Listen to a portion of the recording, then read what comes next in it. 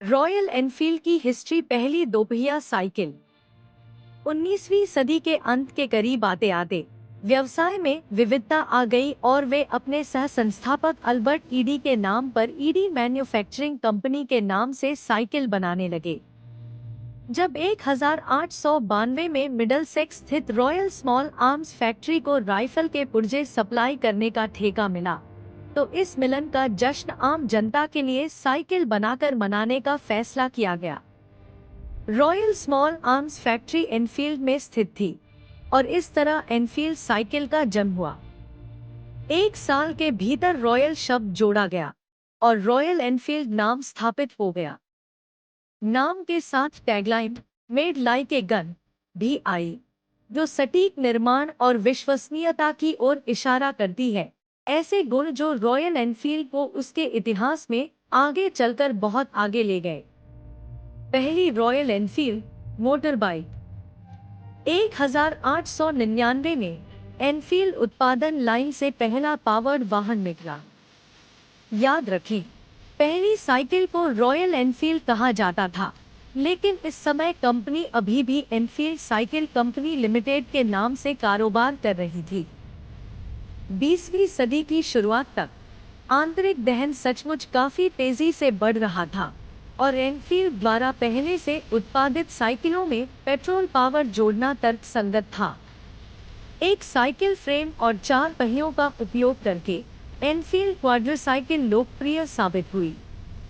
केवल 2.25 एचपी उत्पादन करने वाले एकल सिलेंडर इंजन द्वारा संचालित 4 पहियों वाले इस अजूबे ने 1900 में यूके के आसपास उद्घाटन रॉयल ऑटोमोबाइल क्लब 1000 मील ट्रायल में प्रतिस्पर्धा करके खुद के लिए नाम कमाया। ठीक एक साल बाद एनफील्ड मोटरसाइकिल में अपनी शुरुआत करने के लिए तैयार थी।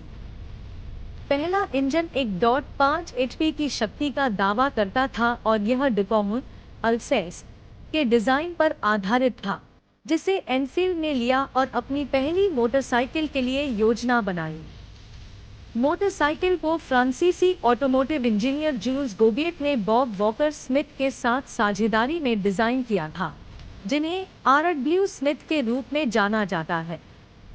242 सीसी का single cylinder engine front wheel के ऊपर और हैंडलबार के सामने लगाया गया था। एक दांतेदार चमड़े की ड्राइव बेल्ट 1.5 बीएचपी की उपलब्ध शक्ति को पीछे के बड़े ड्राइव व्हील को खिलाती थी और सिर्फ एक 500 आरपीएम पर 19 माइल पर आवर की आरामदायक क्रूजिंग गति संभव थी। वर्ल्ड वॉर के समय मिली बम्पर उछाल। रॉयल एनफील्ड का भव्य स्वरूप इसकी लोकप्रियता का सबसे बड़ा राज है। इसे चलाने में पौरुष झलकता है। सन 1914 में रॉयल एनफील्ड को सबसे बड़ा फायदा तब हुआ जब वर्ल्ड वॉर के समय ब्रिटिश वॉर डिपार्टमेंट ने एक बड़ा ऑर्डर दिया। क्योंकि ब्रिटेन ने प्रथम विश्व युद्ध में मोटरसाइकिलों का उपयोग करने का निर्णय लिया था। ब्रिटेन के बाद पूर्व सोवियत सरकार ने भी भारी संख्या में रॉयल एनफील्ड को ऑर्डर देने का फैसला किया। दोनों मुल्कों के ऑर्डर से रॉयल एनफील्ड मोटरसाइकिल दुनिया भर में जबरदस्त लोकप्रिय हो गई। और जब सेकंड वर्ल्ड वॉर का समय आया तो एक बार फिर ब्रिटेन के बड़े ऑर्डर ने रॉयल एनफील्ड को आसमान पर बिठा दिया। वर्ल्ड वॉर के समय मिली बम्पर उछाल। रॉयल एनफील्ड का भव्य स्वरूप इसकी लोकप्रियता का सबसे बड़ा राज है। इसे चलाने में पौरुष झलकता है।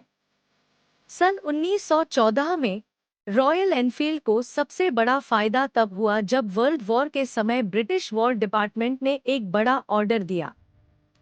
क्योंकि ब्रिटेन ने प्रथम विश्व युद्ध में मोटरसाइकिलों का उपयोग करने का निर्णय लिया था। ब्रिटेन के बाद पूर्व सोवियत सरकार ने भी भारी संख्या में रॉयल एनफील्ड को ऑर्डर देने का फैसला किया। दोनों मुल्कों के ऑर्डर से रॉयल एनफील्ड मोटरसाइकिल दुनिया भर में जबरदस्त लोकप्रिय हो गई। और जब सेकंड वर्ल्ड वॉर का समय आया तो एक बार फिर ब्रिटेन के बड़े ऑर्डर ने रॉयल एनफील्ड को आसमान पर बिठा दिया।